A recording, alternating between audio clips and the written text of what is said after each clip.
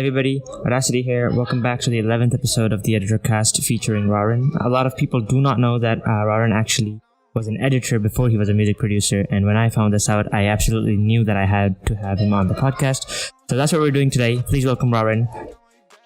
What's up, guys? Alright. So, okay, since we don't have a lot of time because Rarin is on a tight schedule, and so this is going to be a shorter podcast than normal. So this is like the iconic question of this podcast. I ask this to everybody that comes on. When and how did you start editing?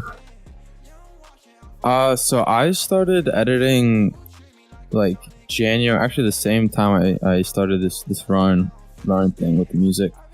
I started January of 2017, so it just turned 2017, and I was in like 8th grade, and I played a bunch of video games. In my recommended, I got a bunch of like Call of Duty montages, and I'm the type of person that if I see something really cool, I want to do it myself.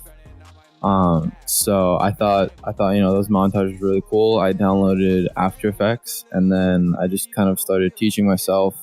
I watched a couple of tutorials, and I mainly just started editing for myself because I thought they were like, I don't know, just making montages was really cool. And then I started posting on my on like a YouTube channel under the name Trev. And kind of I got into this whole community where there's this whole ladder of teams and everything, and I just got really into all this stuff. I like how it was competitive, and everyone was pretty supportive at the time, and they still are. But yeah, it was just really fun kind of being in that, and that's kind of how everything started. All right, so we know that you started editing before you started music production. How did you get the idea of making music? What was your inspiration to go towards that, explore that side?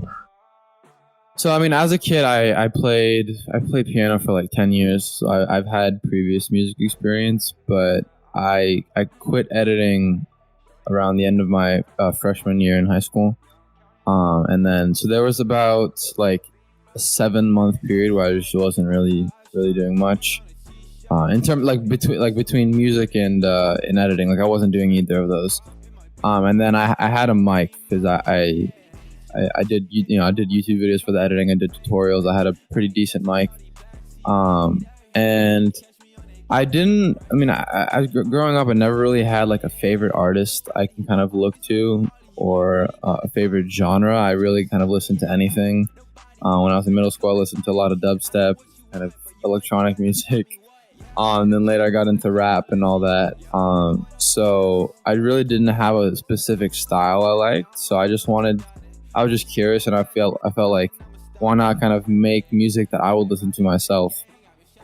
So that kind of inspiration came from that, and then I started recording songs in my room, and I didn't really post any of them at first. I was just kind of playing around, and I didn't really take it seriously because honestly, like you get clowned for the SoundCloud rapper at first.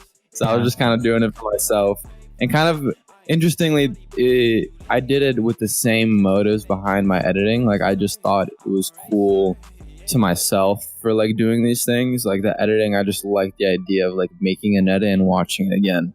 In the same way, I like making a song and kind of listening to it once it's all done. So it was like a new form of, it kind of felt like editing again. That's why I really liked it. All right. So this, you said you quit editing about when you completed your freshman year. So that was, I guess, in 2018. That's when you started making music? Yes, 2018. Okay. So I started making music spring of 2019, but yeah. Huh. Okay. Another question that a lot of people seem to enjoy on this podcast is, where do you get your inspiration from? Because a lot of people, they start everything obviously and they start killing it even, but there comes a time in everybody's life when they're like facing a creative block or just complete loss of motivation. You don't want to do anything. Where do you get your inspiration and motivation from? So is this a question for the editing or for music? For any form of artistry, because I mean it comes like motivation is a factor in any form of artistry. Yeah, I think for motivation, I've always felt like it has to just come from within, like from you have to motivate yourself, because I've always been a self-reliant person. I've always like kind of done my own mixing. I made my own presets for editing. I've always been kind of like independent with everything I do. But I think I've never really had an inspiration. Like I've had people I've looked up to in the editing community. I have artists that I looked up to and I respect. But ultimately, I'm really I just motivate myself. Like I'm my own inspiration, because I feel like if I look for other people to kind of guide me, then there'll come a point where I'm just stuck and I won't know what to do if they're not there to kind of help move me.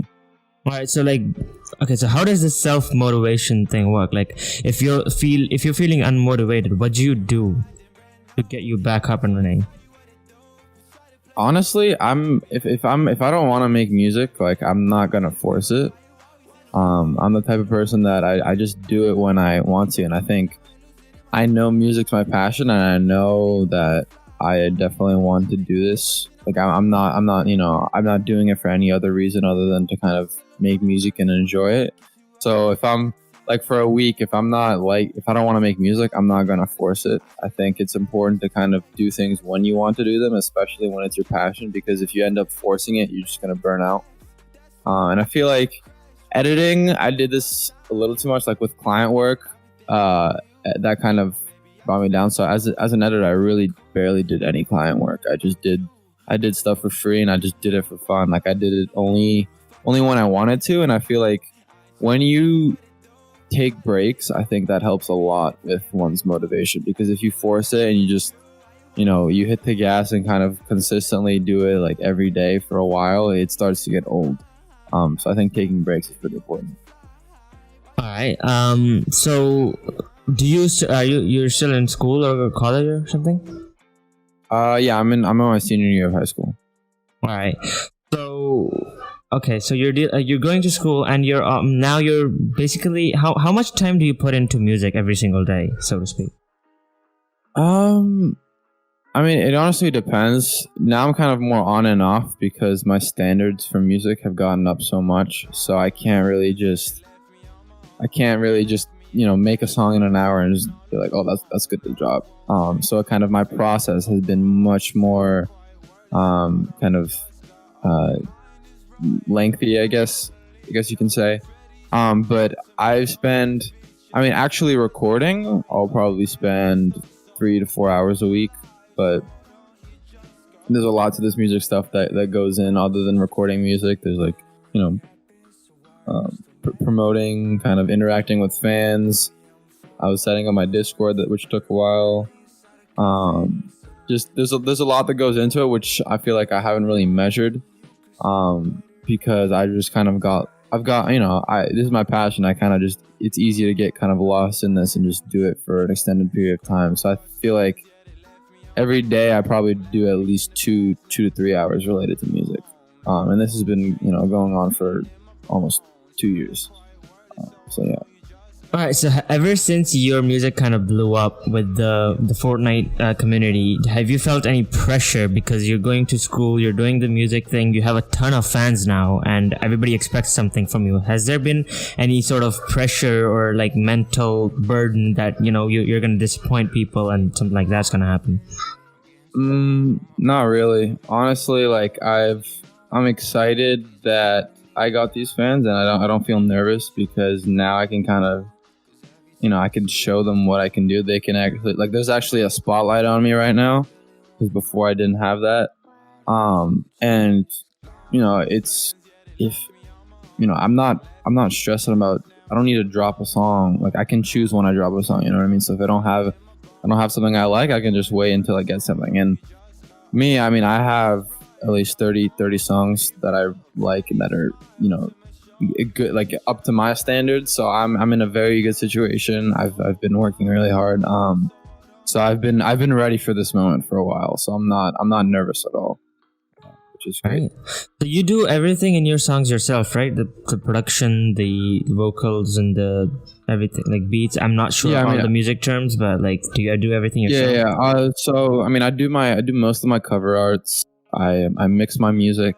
I record in my own, at my home. I don't make my beats, however. That's something I haven't really picked up, and I've tried making beats, but it's just it's a little difficult trying to balance the two. So I've just been working with friends and kind of making beats. I've been giving a little bit of input when we call and kind of make the beats, but mostly I'm just on the vocal side and that side of production. Okay, so let's get into more of the music stuff that, like, when you blew up with it. The first song I heard from you, and in my opinion, which blew up the most, was GTA. So when that song blew up, like, what were your remarks? Were you expecting something like that to happen? Because you did say that you're like, you've been working extremely hard and you were ready for this moment, but did you expect that specific song to blow up? Did you think that had the potential? So I thought GTA was by far my best song. I didn't expect it to blow up. I knew it was going to be my most popular song. But so I got posted by Promoting Sounds, I think in June, around, and it instantly was my best song. And then since June all the way to September, it's been going, every single day it's been streaming more and more. So I was expecting kind of to get some break where it just completely spikes. But I'd never really expected it to just go this crazy. I wasn't like exactly when it happened. I wasn't completely ready because there's just no way you can plan for these things. But I got really excited. I've never really had a fan base to kind of interact with. I mean, I had some people, and I made sure to kind of talk with them and interact with them, but I've never really kind of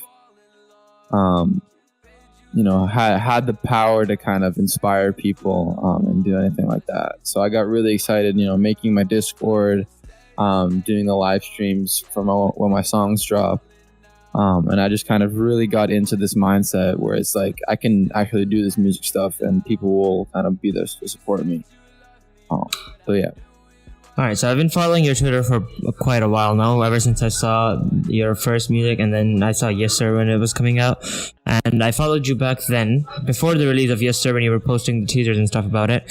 And I've seen you post like 3 or 4 12-second edits, Fortnite edits. Do you plan on coming back to editing? Because you did say that you quit in 2017. So I mean, I quit during my freshman year. And I haven't really came back. Like I've done edits here and there, and that's kind of something I do, but I don't really plan to coming back fully because editing is really time consuming. When I edited, I would do it like 2 to 3 hours a day, and it was something that my younger self could kind of fit into his schedule. But now I'm just way too busy with this music stuff. This editing thing is kind of, when my time is free and I'm just kind of I miss editing a little bit, so I kind of put some clips together and edit it just for fun. So you said that you're in high school, and one of the biggest things for someone who who's still in school and blows up this massively is the reaction of your friends and the school and stuff. So I'm not sure if your real name is Rarin or not, but do your friends or people in school know about you blowing up as a music art producer? I'm stupid. Yeah, I mean my friends know about it. I don't think they know kind of how the scale of it. I tell my friends and they're like, "Whoa, that's crazy." And they're really supportive of me. They a lot of the people in my dormitory, they're really supportive of my music, and they've been with me while I make music, and I think kind of seeing their support is really motivating. But in general, I've been pretty modest about it, so it's I'm not walking out as if I'm some pop star, huge dude. and then they're like fangirling over me. You know what I mean? Like we're all friends, so it's not we still have the same relationship. And I mean, also, even on Twitter though, I've seen like you've been extremely like friendly to all of your followers. You're constantly dropping follow backs, comments on people's videos and stuff. So I mean, I see that personality of yours, but I just wanted to see how like IRL stuff goes. yeah, I mean, at school, like it hasn't really changed. I feel like a lot of people recognize me as the person that makes music, and I think a lot of people have respect for me and they're really happy for me. But at the same time, we're friends, so it's like our relationship isn't going to really change considering we've known each other for years.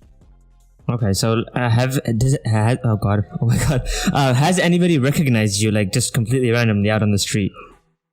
Not yet. And I think I'm looking forward to that if that happens, which is going to be super exciting. And I'll be really happy to greet any fans in person. And I think have you shown your face like properly? I mean, it's in your profile picture, but like ever done a live stream or something like that? Yeah. I mean, I made a Twitch account a couple days ago, but the quality was kind of a little bit bugging me. But I did do some Twitch live streams. Okay.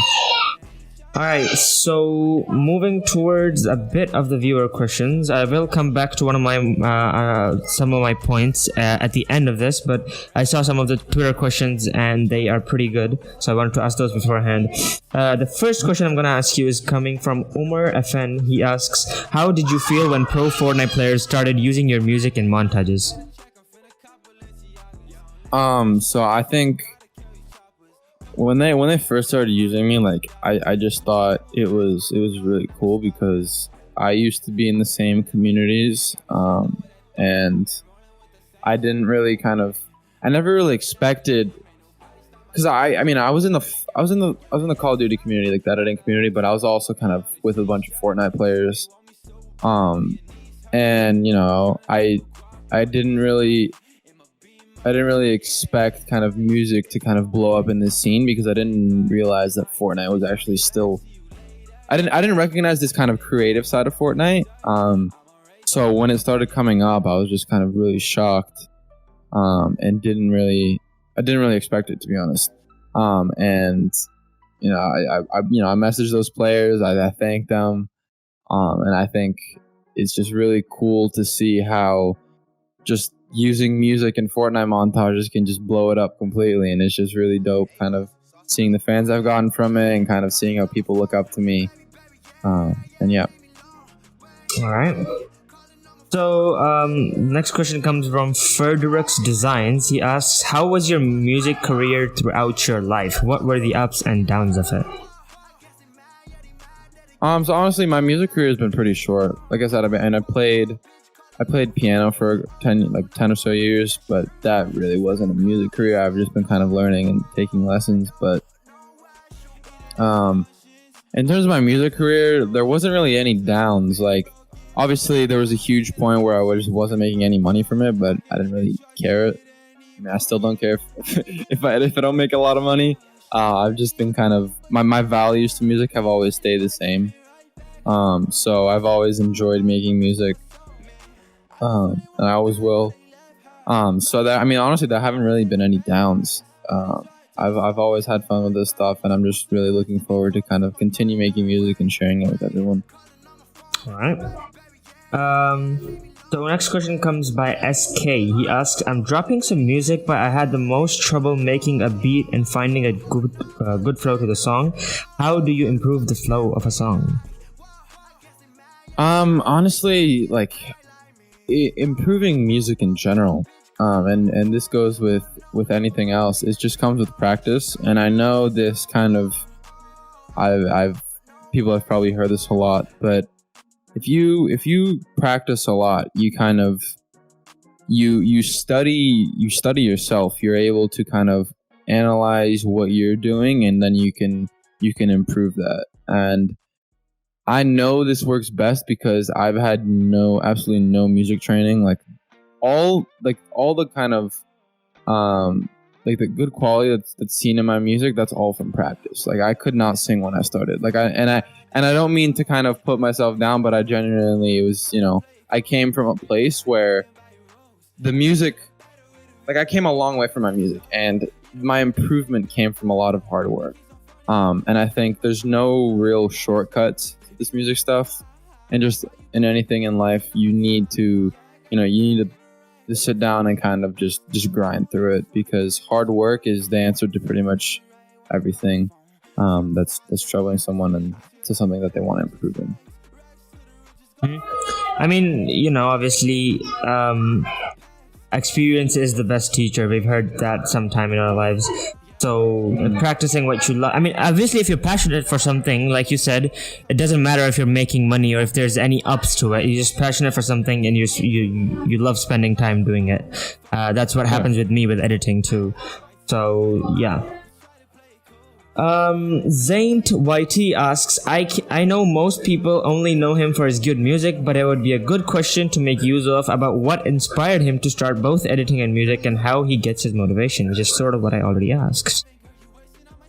Yeah, I mean the editing, I kind of these YouTube videos inspired me, and then for the music, I kind of just wanted to make music so I can listen to myself. All right. Physics asks, even though all of your previous music is non-copyrighted, Physics asks, is Decals not copyrighted? Yeah, Decals is non-copyrighted, and my music will continue to stay non-copyrighted. I mean, hopefully forever. I don't see a point where I would start copywriting my music. So yep. Okay. Rick asks, how the F are you so good at making music? I'm jealous. I mean, as I said again, it's the hard work, and I think I've always stayed, like, when I make music, I'm always in the mood to make music. Like, I've never forced a song. Songs, like, when I make songs, they always come out naturally. So it's like I feel like when you're listening to my music, you can tell that I'm kind of in the zone and I'm feeling what I'm saying. But yeah, I mean, like, most of my songs, they're either made at like 2 o'clock in the morning, really early in the morning, or just at a random time. Like, I don't have a predictable schedule when I make music. I just do it literally whenever I'm feeling it. Yeah, I mean, I think that's part of why your like music blew up so much. You're like, your singing was like, it felt like a vibe. So yeah. All right, Zin Kicks or Zin 6, I'm not sure how to pronounce your name. He says, "What is your response to your haters?" Honestly, I've barely gotten any hate, which is like, which is awesome. But I mean, to the haters, like, I haven't really. I'm very confident in the situation I'm in. Like, not because of fans. I think fans should not equate to confidence. I think what's given me the most confidence is my music, and I started making music for myself and kind of making music that I can listen to. And honestly, like, when I started getting into all this stuff, like, I stopped really listening to the mainstream stuff. I really just listen to my music. When I'm working out, going on a run, I just listen to my music. So when I'm with this music stuff, I'm kind of like in my zone and kind of independent from everything. So I can easily kind of just push away any hate that's coming. So it doesn't really bother me. And I know that kind of hate comes with everything, and you can't impress and make everyone happy. So I'm okay with that. All right. That is actually a really good answer, because I mean, obviously with everything, I've had this podcast go pretty well so far, and I've gotten hate for it, and it comes, like, with me, it was experience that taught me this, that like there's gonna be haters no matter what you do, no matter how well you do it, no matter how good you're at how much time you put into it. There's gonna be people that hate you, and you just have to deal with it. So yeah. Ray asks, what are your future plans? So my future plans, I want to start putting out some projects. I know I've been doing, like, dropping songs one by one, but I really want to kind of start putting meaning and kind of tying a bunch of songs together under one kind of name. So maybe albums. Albums, EPs, just something along those lines. And then I also want to start doing music videos. But it's taken a bit to kind of set everything up because I do want the best quality for my fans and kind of for my whole brand, as you can say. And then I also want to. I'm also trying to start working on merch. I think that's gonna be really fun, kind of coming up with designs, and I'm really looking definitely forward get some Rarin merch. Yeah. So I'm working on that behind the scenes as well. Right, that is cool. Nemesis asks, where do you aspire to be in 2021, or I guess which would be at the end of 2021 or in the near future? Yeah, I mean, so one, I'm hoping for Corona to be good by the end of the year. I really want to start doing live shows, but obviously I only want to do it if it's safe. That's the first priority. But I just want to kind of. I think I see a lot of fellow artists. They're like, or not just artists, but like goals. I think in this time period have been put into like a numerical value. Like if I get this number like of subscribers or like views or whatever, then that's like my goal. And I feel like for me, my goals are going to lie in kind of my ability and pushing myself. So I want to, like, how I see myself, I really want to kind of develop my own genre of music. I want to kind of step away from the mainstream and be comfortable with like doing like my Rarin style. And I feel like I'm kind of finding that. I think my music is unique, but I'm just looking forward to kind of see where my music is going to take me, because ultimately I don't have any inspiration. So like my styles of music, it's just going to be what I like listening to. So if my taste in music changes, it's going to be interesting how that goes. But yeah, I mean, I'm really excited for the new year. I'm happy that I have a lot of fans that I can enjoy this year with. And yeah. Yeah, I mean, I like your mindset because this is the sort of thing I try to go for too. There's a lot of friends of mine that are like, I mean, obviously everybody is talented in their own way, and you should always pursue what you have as your passion. And then there's people that are saying that, I'm demotivated because I'm not getting these numbers. But at the end of the day, when you're doing something you love and you're doing something you're passionate for, keep doing it, keep giving your best at it, because the numbers come eventually. They're not going to come instantly. They could take longer than normal. They could take faster than normal. Like you could blow up like you did right here.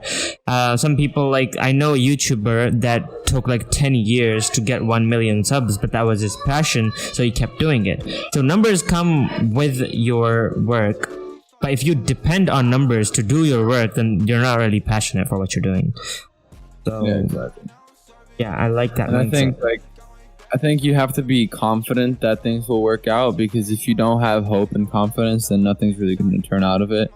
And also, like, one important thing is like working hard is one thing, but you also have to work really smart. Like you have to actively try and kind of improve your whatever your product is, or like whatever you're doing, like your passion, whatever it involves. Like either you're making music, you're drawing photos or paintings, or whatever someone's passion is.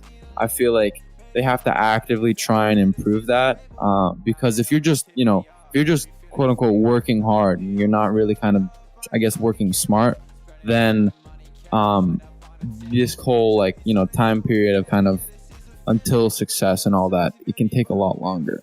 And when I did music, like I actively I looked at YouTube videos, I read books, like I did literally everything I could to kind of learn how to do this stuff and kind of improve what I've made. All right, so Med asks a very interesting question. He asks, if you were not a musical artist, what would you be doing now? I'd honestly just be focused on school. Like school already has me busy enough. Music kind of overlaps with that a lot. But I honestly don't know what I'd be doing without music. Music has been a huge part of my life, so it's kind of hard to, I guess, predict what my life would be like without it. I probably would have, picked up another passion. I'm always kind of that type of person where I'm kind of, I love getting into things and kind of, going to the full extent of kind of doing them every day. I just love having hobbies to do. And music started off as a hobby. and I'm really happy to kind of build it into something much bigger than that. All right, Logi VFX, with the question that says, "Teach me how to make a banger like YESSIR. Like, how do you do it?" So how I made YESSIR, honestly, YESSIR was on a school night. I started at like 12 o'clock and I finished at like 2 o'clock in the morning. Completely crazy because everyone was sleeping and they could probably hear me recording YESSIR, but I mean, it was fun. But like, I don't know, YESSIR, I was just really feeling the beat. And I feel like when you're making music, like you have to get excited when you're recording. And like when I'm recording, I know you can't hear it because I got a good microphone, but I'm jumping up and down. Like I'm moving when I'm recording. I'm super excited. I'm like moving my hands. I'm like, I think you have to, if you want to make a song, like if you're an artist and you want to get people into your music, like you have to be into it yourself. And that goes with anything. Like if you're not hyping yourself up, how do you expect other people to hype you up? So it's like you have to bring this energy that other people can feed off of and kind of show them that. Kind of, yeah. Okay, so there's someone that asks, do you plan on making tutorials about music in the future? I could. I feel like I think tutorials are good, but for music, I really want people to try and kind of experiment and do things on their own, because I think that's when the most innovation comes out of. I think if I make a tutorial, a lot of people are going to be like, "Oh, this is the way to make music," and I don't really want to kind of portray that. I don't want to portray that, because I mean, there's so many different ways to make music and methods, and I don't want to kind of, just because I have numbers and all that, I don't want people to kind of zone in and believe that just how I came up, that's the only way to blow up and it's the only way to make good music, because that's just not true.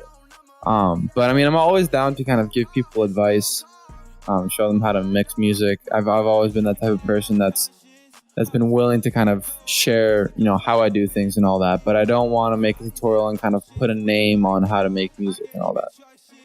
Sure. All right. VFX Ibrahim asks, why don't you edit anymore? Honestly, just school got in the way of things. Like it was, I edited on my gaming PC, and with that, I played a lot of games and I kind of got distracted with school. So I had to take a break from that. And then somebody replied under him. He says he edits ? So yeah, there's a lot of people that don't know that you used to edit. Yeah. So I mean, I used to edit. And I still, I do some music videos. Like I have After Effects on my laptop. But ultimately, like once I gave up my PC, and kind of left it back home, I knew I wouldn't be able to kind of top myself with my edits, and my standards are very, very important to me. And I really focus on kind of improving. And I felt like without my PC, like without being able to record, cinematics and all that, I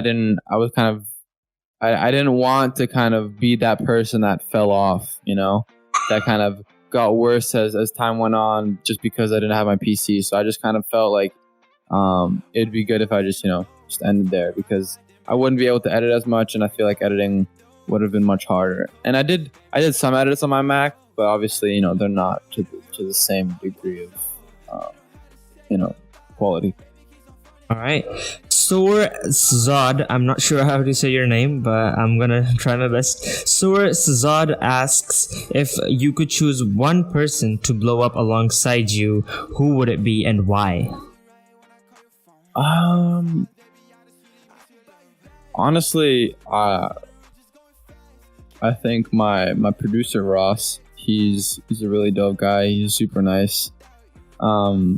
He's super passionate about what he does. Like, there's obviously music, music, when there's a lot of numbers involved, there's obviously money involved and all that. But I think when I work with him, I feel like, I feel like we're just making music for fun. And I feel like he's super passionate, and I appreciate, all that he's done. We've worked on tons of songs together. He's released Stone Cold. He's produced Stone Cold and YESSIR. And he's made a lot more that haven't been released yet. And I just really, I really enjoy making music with him, and I think he deserves it a lot because he's been working really hard. So I think I'd blow it with him, I guess. All right, shout out to Ross. Mary TSG asks, "What's your favorite song that you have made? So your own favorite song?" Yes, sir, by far. yes, sir, is my favorite song. I had a lot of fun making it. And is that like only from the released songs, or is even including the unreleased songs? I mean, I have a lot of unreleased songs that I really like, but I feel like "Yes, Sir" is just it's just my favorite song. I just the beat. I love the beat. I just love how it come on the song and kind of how I was feeling when I recorded it. So yeah.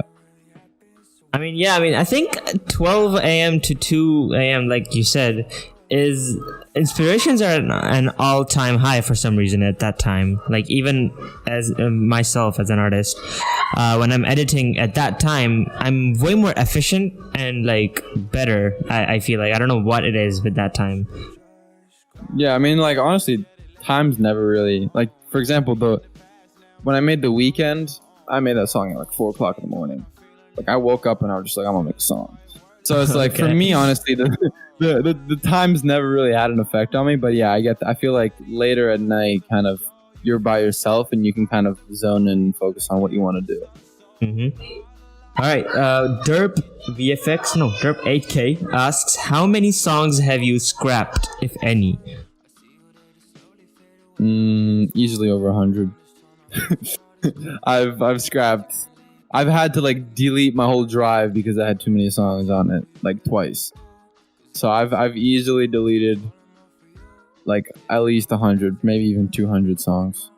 And that's kind of when I mean like practice, like that's to the degree that I practiced. So I think I've from all the songs I've made, I've a lot less released.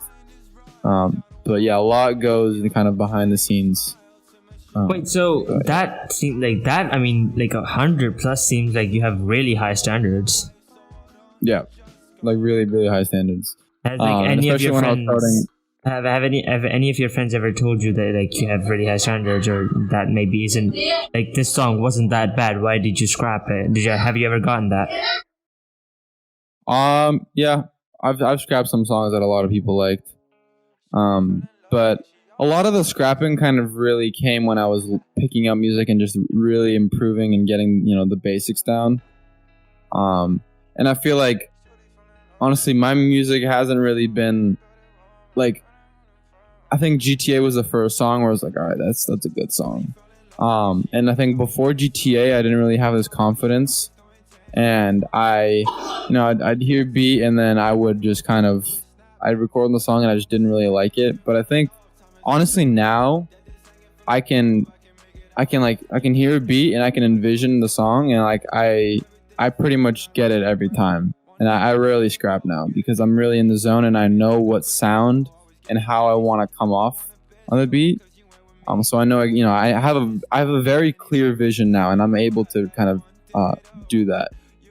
So that's made making music really, really efficient for me. All right. Next up, we have Admisk. He asks, "Do you like me?" I mean, I don't know exactly what that type of question means. But yeah, I mean, I appreciate all my fans. Love you guys. Y'all have been I guess, the center of all this success and kind of a motivation. So I appreciate all of you guys. All right, so that was it for the weird questions part. Now there was one question, like one topic that I wanted to say for the last, because at least here, like where I live, I live in mostly the Central Asia, and like so to speak, editing or music isn't recognized as a career option here.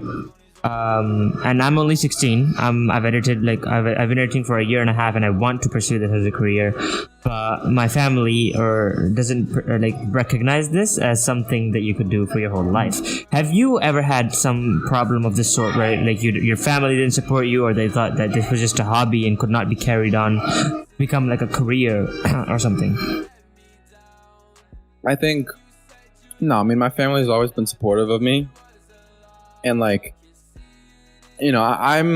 a very realistic person. Like when I started music, I wasn't banking on selling out shows and everything. I didn't drop the ball and everything else because I just wanted to pursue music. When I made music, everything else continued in my life. And I've always, music is a huge part of my life and it's a huge passion. But at the same time, I think it's really important to kind of have a solid foundation in other areas in case, let's say one day I don't want to do music anymore, which honestly don't think will happen, but it's important to kind of consider other scenarios and other paths. So I've always kind of made sure my life has been balanced out with everything. And I think, my parents have always been supportive of me. I think, whether I take music as a career option, I think they would be okay with it. But I think they obviously want me to, continue studying, making sure that my life's at full balance and kind of making sure I have those other opportunities. All right. So what are you studying, if you don't mind sharing? I'm still in high school. So I've been kind of doing, the normal sciences, math, all that. But when I'm in college, I really want to major in business. And that's kind of the part that I'm most interested in. All right. Because the reason I wanted to discuss this at the end was because I thought this might get a little in depth. Because I hate to generalize stuff, but here in the Middle Eastern or the Asian region, a lot of families are of the generic doctor, engineer, some sort of career things, and then there's nothing outside that. Becoming a singer or an editor or a music producer is just not acceptable. And so basically because I'm from this area, most of my friends, my whole editing friend group, and even outside of editing, the Fortnite competitive players and everything, everybody who I'm friends with suffers from this thing where their families and think that this is not an option. And even though mine isn't that bad, it's still something that I have to hear and deal with basically every single day. So I thought that discussing that with you, because you could honestly take this as a career option at this point. You've blown up massively. And you're doing really good. You have this passion for it. Every single one of your responses were impressive in this podcast. Because I there's this thing, I'm passionate for what I about what I do. I've told my friends this time and time again. There's only one thing I like about myself, and that's me being passionate about things I love to do. And I haven't really seen that in much people, and I saw that in you. So I like that. Thank you. I appreciate that. So, I thought discussing this with you would be good. Do you have any advice for somebody who wants to pursue this and they have family issues? What would you advise them to do in such a situation? So, I haven't really read into the situation, so it's hard. I feel like it's hard to speak on it. But I think, if you're super passionate about something and you want to, let's say, gain your family support, I think a lot of being a parent, I feel like there's a lot of fear of kind of the whatever your kids do, it's not gonna be successful, or they're not gonna be successful. And I feel like parents, when their kids are young, they're very realistic and they want to make sure that everything goes out fine. So for you guys that love making Fortnite montages, editing, all that, I think it's really dope pursuing that stuff. But I think what will make your parents and everything happy is if you have everything else in check and kind of balancing everything, making sure that there's other opportunities because I think once they recognize that, you're doing what you like, but at the same time, you can still pursue those paths that your parents would like you to do. I think they'll be more understanding, and they'll be more tolerant, and kind of doing montages a lot every day and all that. Like once you set that foundation, you're able to kind of have a lot of paths to different things. I think that will gain the respect and kind of approval of parents, I feel like. Okay, that was actually a really good response.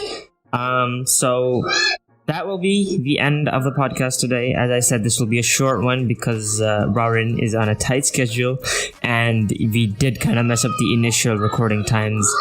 So I hope you all enjoyed this podcast. Thank you, Rarin, once again for taking time out of your day for as long as you did to come onto the podcast. I really, really appreciate it. It's it's like, honestly, I tell everybody this, basically, like, I only call people that actually inspire me onto this podcast.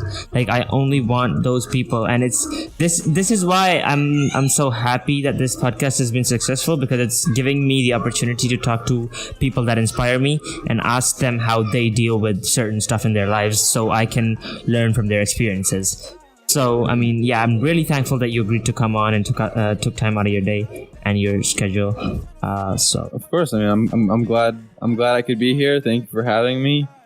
And to anyone that's watching this podcast, if you guys have any questions for me, feel free to tweet out, tag me, or DM me. I try to look through most of my messages, although it sometimes gets a little difficult. But yeah. All right. Thank you, everybody, for watching the podcast today. I will see you all next week. Goodbye.